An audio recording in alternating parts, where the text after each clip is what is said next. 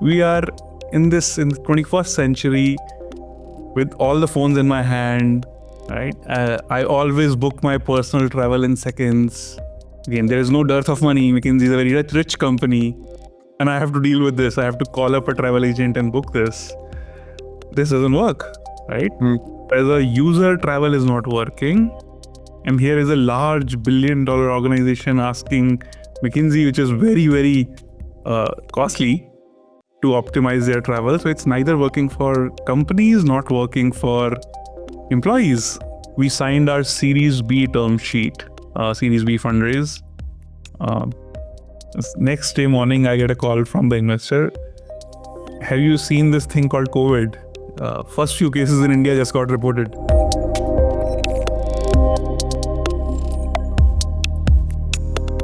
Welcome to the One Away Show. Today's guest is Mayank Kukreja, a former McKinsey consultant turned founder who transformed a moment of travel chaos into a billion-dollar business opportunity. In this conversation, we dive into the emotional tug-of-war between certainty and conviction, how he scaled from booking tickets manually to serving 800 plus clients, and the clarity that emerged during the silence of the pandemic. It's a story of resilience, reinvention, and the power of intentionality. Let's dive in.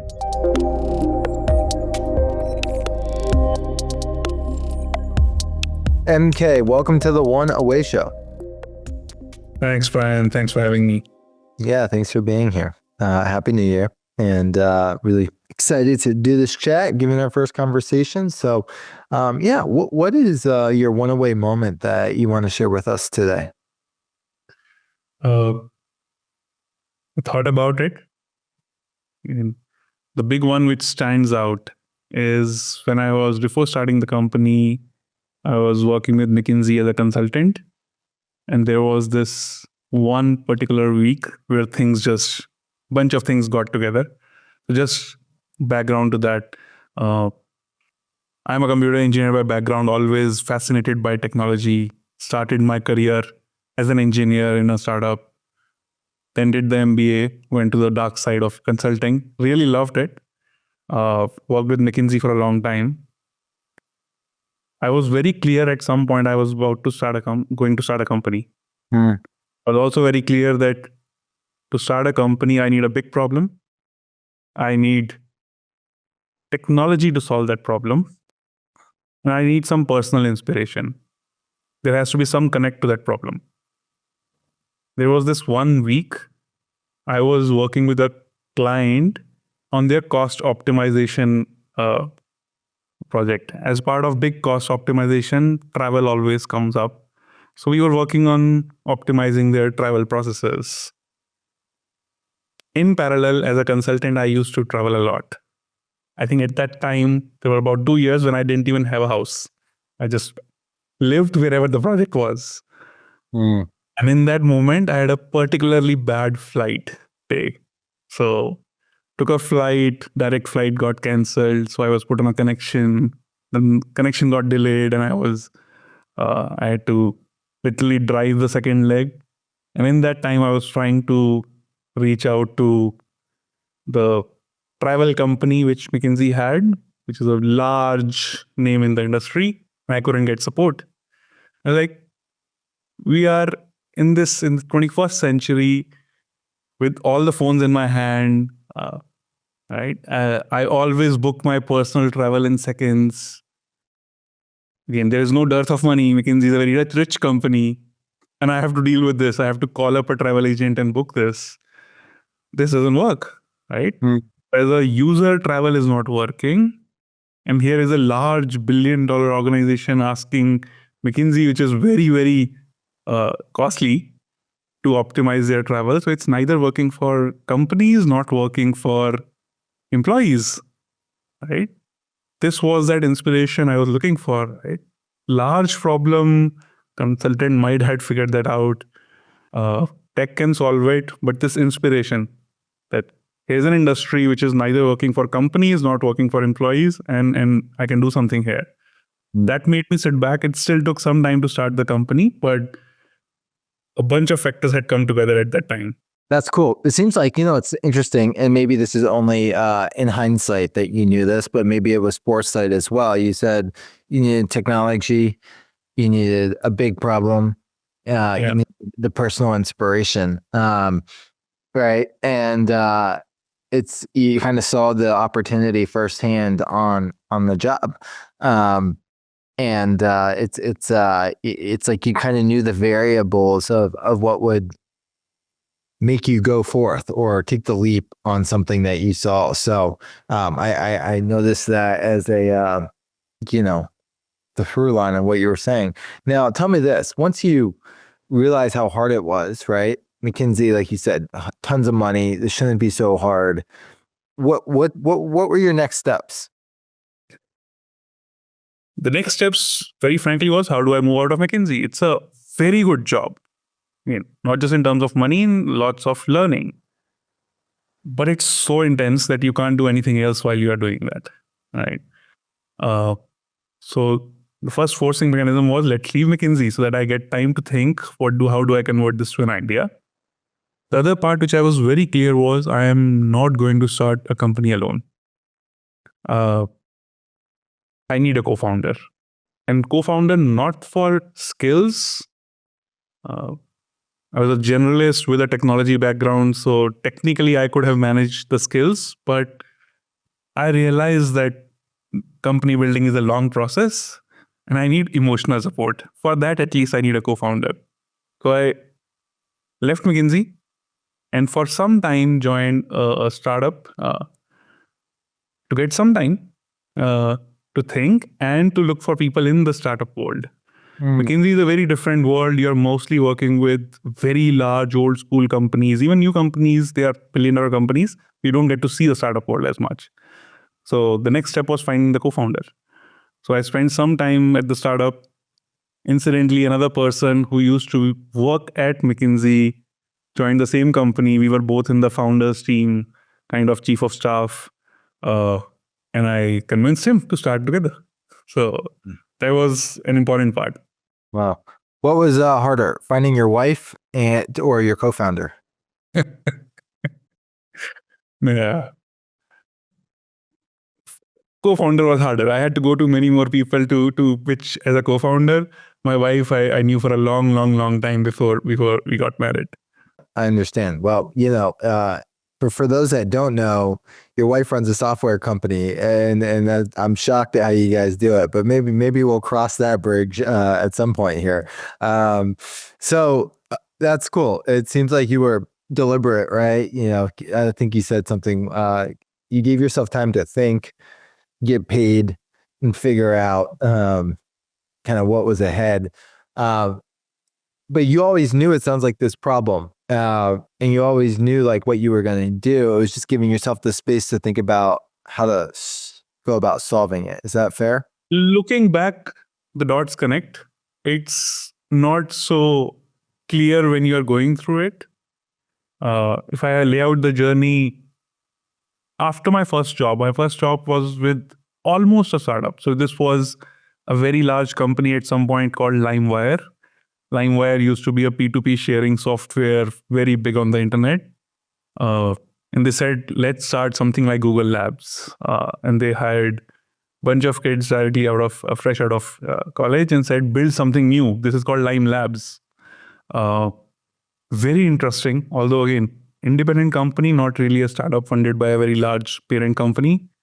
But we built 2-3 very good products. And that's where the inspiration came. This is very cool. I should do something around this. I see. But felt, I'm an engineer. I probably don't know business enough. So let me do an MBA. Did the MBA and said, this was very theoretical. Let me get some practical knowledge. What's the most practical business knowledge? Consulting. Let's go join McKinsey. Yeah. For 2 years. That 2 years became 4 years. I don't think forward looking it was so planned. All those steps helped. But at some point, I think more than logical brain, it is the conviction to now I want to start something on my own. Let me take the leap. That conviction took a long time coming. Yeah, it's such a emotional growth process, right? And it's something that it's scary as heck to do. When like you said, it took you a while to get there. What were the factors that you were considering, right? Was it, between money, between family, between kind of knowing when to leap? Like what were the maybe variables or criteria for you to say, hey, this is the time to maybe go forth? I think it evolved over time. I thought it was money. I was clear that if I take a leap, I should have at least enough savings to sustain myself for 2 years. Even to give a fair shot at a startup, you need in 2 years effort. I assume no salary for 2 years. But that I solved for much earlier. I think it was the conviction. Was just plain, I can leave that drug called a monthly salary and get into entrepreneurship. I think that confidence or that leap just takes some conviction, which took time to again happen. And I had to literally step back and think repeatedly, where do I want to be? What do I want to be doing 10 years from now? Is this going there? Right? I don't think I did that enough times. But whenever I did that, those lines, the current line was not going towards where I want to be. I think doing that enough times made me finally take that leap. That's awesome. Well, it's I'm glad you had the gumption to go forth and pursue. And like you said, it takes time, and it takes, I like what you said about the monthly drug of salary as well, right? It is probably addicting, and you gotta eventually go. But you went, and you did it. So tell me about the startup process, right? Like there's an opportunity in the travel space. Yep. You realize, hey, there's a technology at scale and service in a way that we can build for these companies of large scale to help their people kind of book travel, because it not only save time and yada yada yada, but it's just going to make a much smoother experience to be an employee and get to where you need to be. So kind of talk us through, like, what were your first steps? Like how did you think about building the product? Did you try and get customers first? Did you build the product first? Give me the lay of the land at the beginning. Sure. I think just intuitively, the one great thing consulting experience did was build the very strong business sense on top of just being an engineer. So he said, we need to go out and verify. So even before writing first line of code, we went and spoke to, I think, about 50 plus customers, buyers, that this is what we are trying to build. This is what it will look like. So started first few conversations were on a concept level. Then we realized the concept maybe is not very clear. So we converted that to what we knew, presentations, made presentations almost look like mock of a product. But even before we started writing code, we had done a bunch of customer conversations, and the idea had evolved at that time. I think till date, even 7 years after starting the company, the thinking is very clear. If we have an idea, we have to go and verify with the market in some sense. But building a product and then taking it to full product into a market doesn't make sense. So that loop we have been very clear about. So talk to a bunch of customers. Our idea evolved quite a bit. We figured out things that it's going to be huge. It'll take years to build, but let's start small. So in the first 6 months, we figured out it'll going to be travel and expense and payments and things which we built 4 or 5 years into the journey. Many of them, those ideas didn't even pan out. Many of things we learned, we were in wrong directions. But almost always sit with a customer, figure that out. It sounds non-intuitive, but I think for 2 weeks, me and my co-founder almost became travel agents for a customer sitting in their office. We'll book your tickets. We know theoretically this problem, but we don't know what does a ticket booker goes through. We don't know when that request come, what all that, because technically we were not from the travel industry. So we really got our hands dirty before writing any code. In parallel, as we were doing this, we built a team, started building prototype, but the technology came slowly. We started solutioning for customers much earlier. Wow.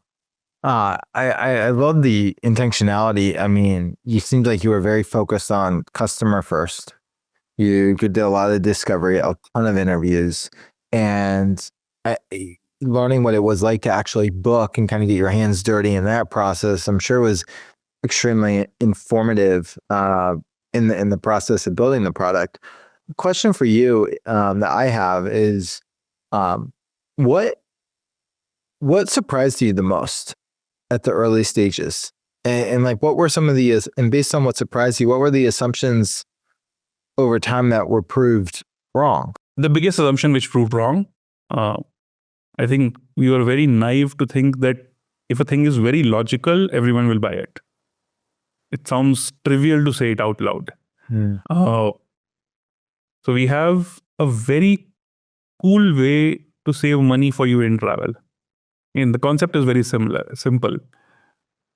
Let's say your company allows you to spend $300 a night on a hotel, right? Then an employee will spend $300 a night on the hotel if they are allowed that limit. What if the company tells them, instead of spending $300, if you spend less, you spend $200, whatever you save, a part of that, you can keep, right? This is win-win. Employee keeps a part of the savings, company gets to have saving. It's such a logical idea. I thought everyone will buy it. What we did not realize is it's not about the logical idea. When you start going to slightly bigger companies, anything more than, let's say, 50 people, even if an idea is very logical, it's not clear to the company, how do I manage this change? If it was anything more than a founder-driven company, it was not clear whether HR will take this decision or finance will take this decision. So the change management and convincing people that move from what you have, which is not great, that is much more than having a great product or an idea. And as I think back, again, it's very obvious now. Both of us, technically, me and my co-founder, did not come from a sales background. We had done consulting, we had done parts of sales, but to like CXOs only, right? We had not done real hardcore sales. So I think that was the biggest surprise or the biggest learning in the couple of first few years. That's interesting. It's interesting when you talk about too, like size. It's like companies already have their at a size of 50 or more, probably fairly set in stone processes around how they do things to get to where they are. And so the cognitive load for a company to integrate into them proves to be more challenging. On that note, what did you do to overcome that? Like, what did you do to make that frictionless and so easy for, companies to be like, oh, this is a no-brainer? So two things. One, we toned down the amount of change we were asking them to do, right? So we used to lead with this idea, completely change your system, start giving incentives, right? So for example, instead of that, now we are saying just simplify your travel process and save money. Second, we had to write down a bunch of stuff which can be replicated by our sales teams. So when you're a founder, a bunch of things come just intuitively to you because you have lived with that problem. You have done those 50 interviews, right? Converting that intuition. So even managing that change management, first 10, 20 customers was okay. Me or my co-founder could do it. But when we started having sales teams, they couldn't replicate that, right? Because they were trying to sell a standard proposition. So converting that to a process internally and in toning down the change we were asking the companies to do, we had to do a mix of both of that to come to somewhere where it was more palatable to the companies. Otherwise, you would get a lot of interest, but then somewhere the companies would say, no, this is too much change, maybe later, not now. In terms of though, like your founding sales motion was strong. Like you scaled, you and your co-founder, to 15 to 20 clients or customers. And then enterprise, I mean, I just got to be curious, how fast did you get 20 enterprise customers? I think the first 20 was reasonable size 20 was in the first 4-5 months. That's fast. It was fast, but it took us a long time to get a founder out of a sales, right? For a long time, founder had to be involved. This was for a long time, I think more than 2 years, it was founder influence, heavily influenced sales. Yeah. And then we had to change a bunch of things because 2 years into our journey, we hit COVID. As a travel company, we hit COVID. I see. So I was going to ask you about that as well. You beat me to the punch, so thank you. Real quick though, but so you hired, you brought in sales teams, and they were able to eventually do it, but it wasn't a standard thing that they were offering. Like, what do you think though? I guess how many customers do you have today? today we have close to 800 customers. 800. Wow. So that's significant. So what do you think really allowed you though to scale sales? I know you went through the pandemic, but ultimately, like what did you do to go from 20 to 800 customers? One process that we had to start writing a bunch of more stuff, right? First is realization and then process. I give you an example of realization. Somebody told us in early days, you should write down your ICP, or ideal customer profile. And I saw these fancy charts where people had written down, my ideal customer profile is John, who is 35 years old, drinks his coffee at this Starbucks in the morning and does yada, yada, yada. This does not make sense. Why would I write to this detail? I broadly understand who my ideal customer profile is.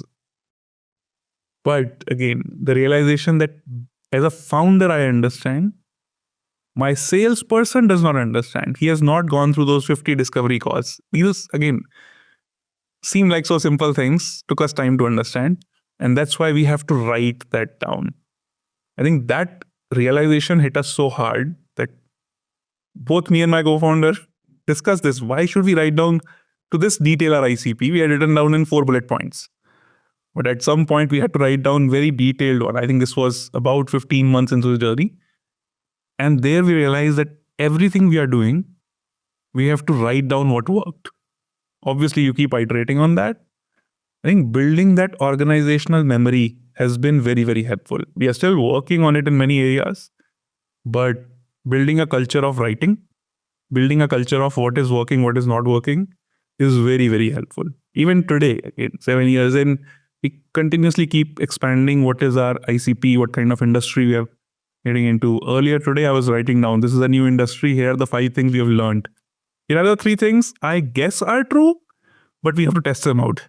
Yeah, that's awesome. I mean, it seems like just repeatability and repetition were huge for you to really train. And obviously, you have to hire the people, find them, build the culture for it. But ultimately, you're able to set yourself free by understanding who your kind of customers were.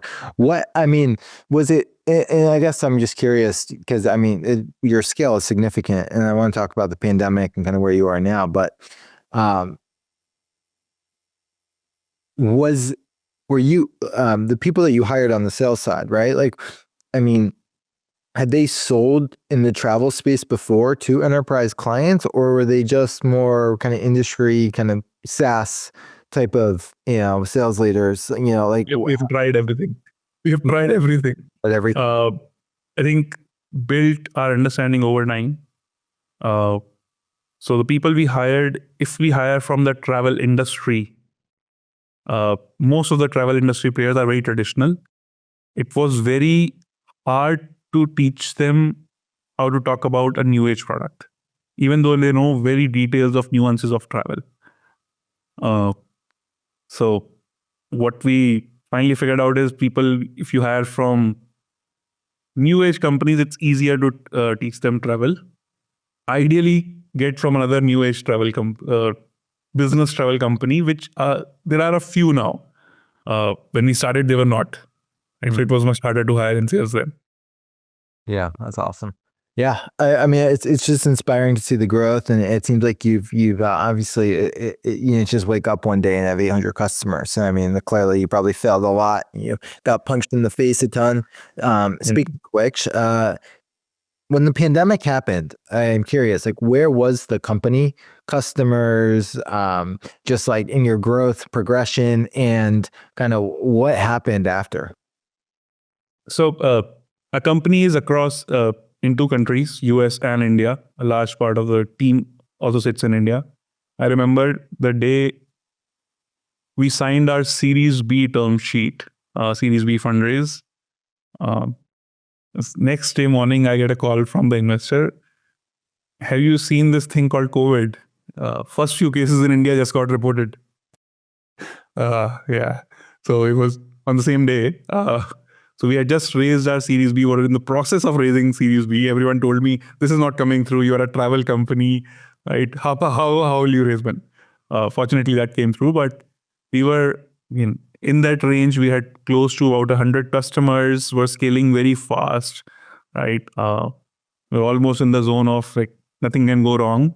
All cylinders firing. We had raised funding round almost every 12 to 15 months. This was the third round. And then that hit. 15 days after that call, our revenue went to zero. And technically, everything was blocked. Travel was like stopped. So it hit zero for many, many months. So that was, if you talk about punch in the face, that was as big a punch you can get. So you basically went from 100 customers paying you to 0 customers paying you overnight. To zero customer. Nobody was paying. I mean, our revenue is completely usage based. Travel is usage based. You pay us when you book travel. You don't pay upfront. There was no travel happening, right? People were sitting at home. So that was a big change. I didn't even know how to deal with it. But I think now I think back, there were many positives we could figure out there. Obviously, revenue zero is not great, but we doubled down at that point in 2 things. One, we were able to increase the size of our customers. Over the next 1.5 years, we signed much larger customers than we were signing earlier. Sounds counterintuitive, took a lot of effort. In 2020, second half, imagine calling a large company and saying, let's talk about travel. The good part was the much larger companies had big travel teams. And they said, we have this travel program running and we have a 5-year contract and all that. Their contracts had also stopped. So now they were open to talking. At least they were open to talking and exploring what's new because their travel teams had nothing to do, right? Wherever they were not fired. That's why we were able to sign a bunch of large customers even during those 18 months. The second thing, I think when you are in a mad rush scaling mode, your product team gets a lot of noise from the customers as well. There's a product roadmap you want to build, but the existing customers keep demanding, I need this, I need this, I need this. So you have to wiggle your way through. In those 18 months, that noise had stopped. So we could build what we wanted to build. Today we have 3 products: travel management, expense management, and credit cards. Our second product, expense management, came in 2020. Like 6 months, heads down. We said, we want to build this. This is needed. We're able to build that. But again, sounds like that it's very easy. It was not easy, right? Waking up, listening in last month, what was revenue? 0 or almost 0, right? You really, really need conviction to keep doing what you're doing. What we are doing is right. Should I keep signing these large customers when even they are not even giving me revenue? Is this the right path? A lot of those questions start coming. I think this is where we very regularly, me and my co-founder both together and individually, started having a bunch of step back session, writing down what are we really building for? Do we have conviction that 2 years later, 3 years later, travel is going to come back? What will it look like? So let's keep going down this path. Because imagine building a company for 18 months, getting no real feedback in terms of product usage or money. It was painful, but I think it also increased our conviction in what we are doing. super inspiring. And it also seems like it's just like the time, right? Like perhaps if COVID didn't happen, you wouldn't have been able to move upstream. Yeah. But you are burning significant amount of money, it sounds like, for a number of months. Did it ever cross your mind just be like, this is not going to work? Like I should just throw in the towel? Like what was, or were you just convicted on, hey, I'm going to find the way to make this work? Like what was your mental state at the time? That thought used to come like multiple times a week, right? But I think the way to counter it was, is that a reaction or is that what I really feel? So that's what I mentioned, right? When those thoughts came, sit down, think about it, write down what do I need to believe, right? One of the first belief I remember is travel will come back, right? In the next 12, 18, 24 months. Nobody knew the time. I remember every 3 months we used to have a board meeting and we used to project when will travel start again, right? And I think that was the most useless exercise. Nobody knew. But again, if you look 3 years out, people will travel again. And world will not go fully remote. Yeah. Which did not happen, right? Even when companies went remote, very interestingly, 2022, 2023, when companies went fully remote, actually their travel spend increased because they were doing more offsites now. Engineering teams which never used to travel used to do offsite every quarter now to meet when they were fully remote, right? So travel spend actually increased. So those were the beliefs we had to write down. Yeah. And when those thoughts crossed, we went back to the beliefs. Are they still true? Not easy. Not straightforward, but I think that's why that it increased conviction. Yeah, that's awesome. If you're a founder looking to grow without raising capital or giving up control, Relent is built for you. Founded by entrepreneurs who've scaled without outside funding, Relent helps companies find and retain talent, lower operational costs, and reinvest in growth. We've hired nearly 10 team members through Relent and streamlined our entire cost structure, freeing up capital to put toward what matters most. Even small teams can set up offshore operations quickly, compliantly, and without heavy infrastructure. With deep expertise in the India-US corridor, Relent combines cultural fluency with operational rigor and guides everything from team design to long-term scaling. Grow on your terms and start with Relent. To learn more, visit relent.team/arcbound.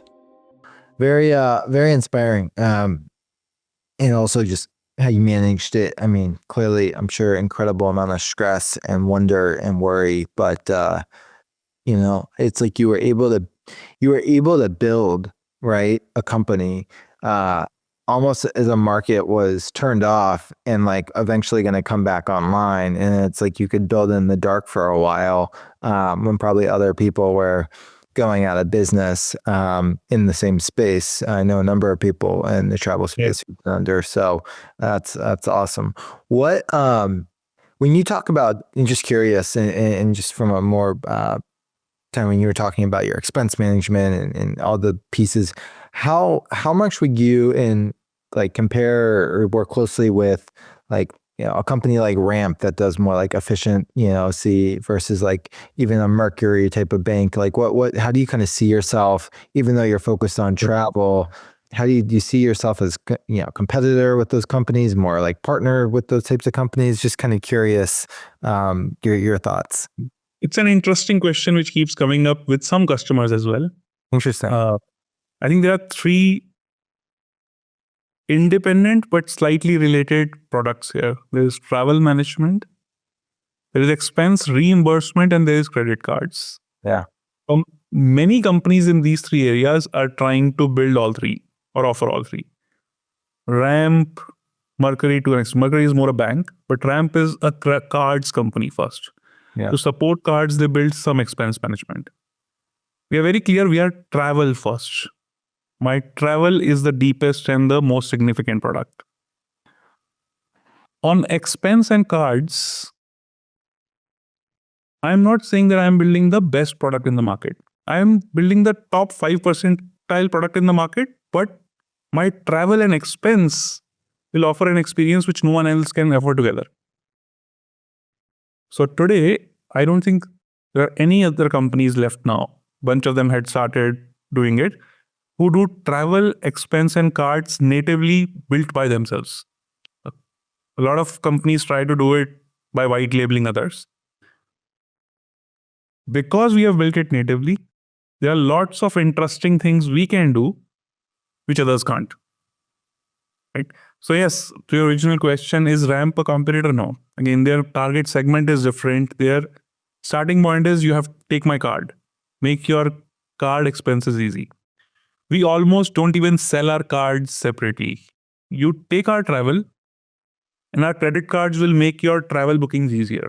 You can use the card other places also. It's not only a travel card, but it's almost always travel led.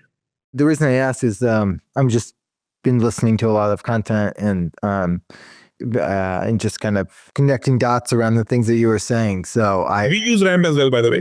So Yeah. yeah. no, it's fun. No, very cool. And then, tell me like, so you shared a bit of the startup journey and kind of what led you to it. You shared the inflection point with COVID and then kind of how you were able to move upstream, not just move upstream, but actually grow significantly through COVID with bigger budgets and bigger opportunities to expand. Where's the company now? And what is the vision for, let's say, the next 3 to 5 years? Travel is a $1 trillion market with a T. Right? So even when you grow quite a bit, the large players are really, really large and they are 100 years old or 50 years old. Right? I think to make a significant dent in the travel market or business travel market, we only look at business travel, you need to grow quite a bit. So the company is growing very well, but from an absolute perspective, there are companies much bigger than us. Right? Today we have started to get counted in one of the leaders in modern travel management. There are old school players, there are modern players. In modern players, we have started to get counted. From here, we get to a leadership position within modern travel players, but eventually, we want to get to a leadership position in business travel. I think that's a decade-long journey from here. Wow. Just to build on what you were saying when you were talking about your products, it's like you built your kind of core in for business travel and expenses and really just like built that out strong. And so while you might have other business lines, it's like what you're saying is we are for business travel like the place. And if we want other parts of that place, we can do that too. But that's like what we're known for is this, and there's no one else who can do it like us. And so I think it pairs well with what you said, like over the next decade, if you want to be an industry leader in a $1 trillion market, like there's a significant amount of growth that needs to happen so you're positioned to do so. And you can keep doubling down on that core business. Absolutely. That's the good and bad of being in a very, very, very deep market. Nobody ever questions our market size. But then even after growing quite a bit, you are still a very small player and there's a lot of room to grow. Yeah. The goalposts always move, as they say. Your co-founders, is he still in the business? Yeah. Way much in the business. What's his kind of, how do you guys delineate role and responsibility right now? We keep changing. And the interesting part, and that's a question which got asked to us when we went to raise our first funding round, which was almost day zero. Both of you are consultants from McKinsey, which effectively means you have no skills. Both of you are generalists. Who will build tech? Who will sell? And we said, both of us are generalists. Both of us can do anything, right? But in the initial, I think, few years, I used to lead all the product engineering, fundraising, or any investor conversation. And he used to lead, my co-founder Anish used to lead all customer-facing things, which is sales, marketing, customer success. I think at some point around COVID, I started leading sales. So now I do product engineering and sales, and he does marketing and customer success. Which is a customer success and support is a huge part of travel. Yeah, totally. I can appreciate that for sure. And it's great that you guys have seen, let's say, your roles kind of move back and forth over time, and you guys can probably see the business in different ways as it grows at different inflection points with those skill sets you've refined and grown. There's I hired a woman who does our customer success too, but I hired her from a software background who's like scaled pretty intentionally, but from like a brand and marketing world. And even though we're not a software company today, it's become the most important and critical hire I might ever make, right? For our business. And it's like, to your point with travel, like you just have that skill set and somebody so dialed in on that. It's a remarkable, talent to be able to make sure things are in place. Yeah. I think overall, as a hiring philosophy, what we have figured out is being a generalist is very, very important. Even beyond a generalist, we call it a T profile. What does a T profile mean? That I am able to do a bunch of things well. I can pick up any problem and solve that, whether it's in sales or marketing or operations. And then over time, the person is able to build deep knowledge in one area. I think that T profile for us has worked very, very well. So what you're saying is you hire people who have like the abilities to do a lot of things well, and then you let them kind of find their way where they can double down over time. Absolutely. We check again, even for an engineer, first, I think 30 engineers I interviewed. I would interview more of them on business understanding, product skills than engineering skills. Again, you're not building massive scale to begin with. You will manage engineering, but can you think product? Can you think design? Right? Those things are very important.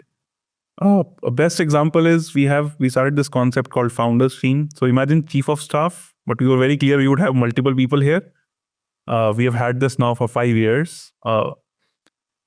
Those people have worked out very, very well. They are almost like extensions of founder. What me and my co-founder Anish are not able to spend time on but think are very important, these people pick up and run with this. Very interestingly, the 3 people who have left the company from their team, all 3 have started their own companies. That's cool. It's neat to also build a culture, right, where other people can take their learnings and go start up their own, whether it hurts to lose them or not. It's neat that you're a place that enabled that. I think when someone comes and says, I'm going to start a company, that doesn't hurt, right? They are some of the best people I have, but I mean, if I can inspire people to start their own company, I think it's a great, great thing to do. For sure. Absolutely. This has been lovely. As we have, a bit more time here, I'm just curious, if you don't mind me asking, you've been on an impressive journey. I'm just curious, how do you not balance it, but how do you make time for, personal life? You see, mentioning your wife has a software company, you have a 4-year-old, what is the life of MK outside of work, and how do you keep it all together or not? I don't. I think that's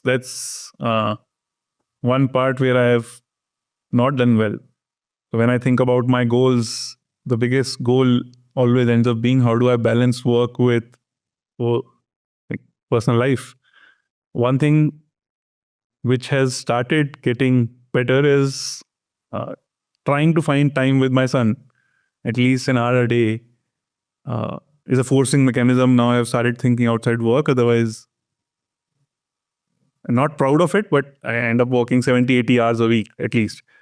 So how to find balance is something which is a constant struggle. Yeah. That's always, almost when I write goals, one of the top things. How do I find balance here? No. Well, I'm sure as your son gets older, he'll be able to appreciate all that you have been able to do the more time you spend with them. So that's special. That's the hope. Yeah. All right. Well, we just turned the corner on the new year. Let's do some rapid fire questions at the end, and I'll send you on your way.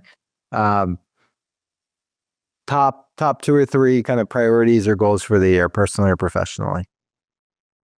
The top goal is personal. How do I find balance to focus on my own health and to spend time with family? Yeah.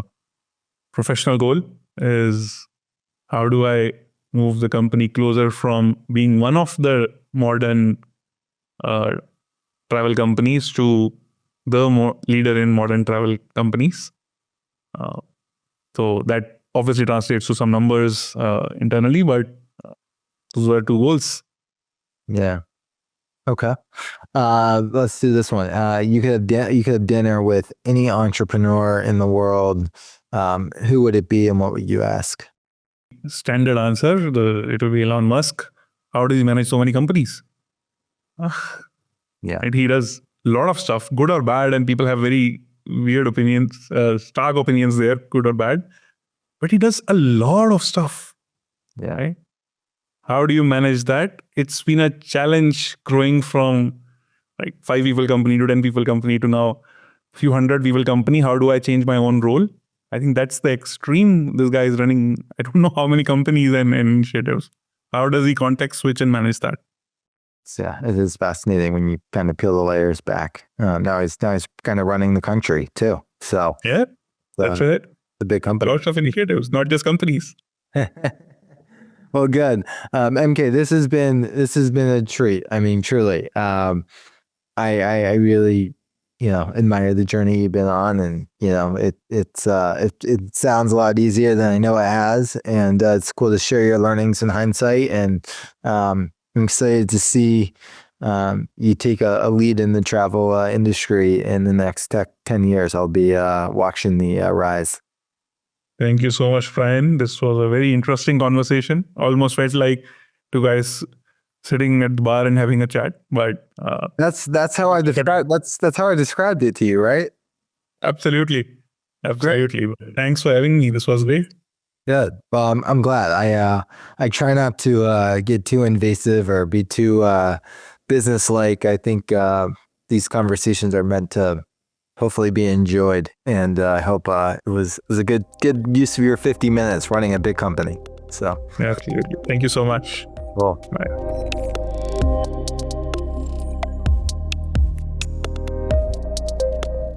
Thanks for tuning in to this episode of The One Away Show. Mayank's story reminds us that every bold leap is quiet clarity, and that conviction isn't born overnight. It's built one decision at a time. If this conversation moved you, share it with someone who's standing at their own crossroads. And as always, we'll be back with more stories of the moments that changed everything.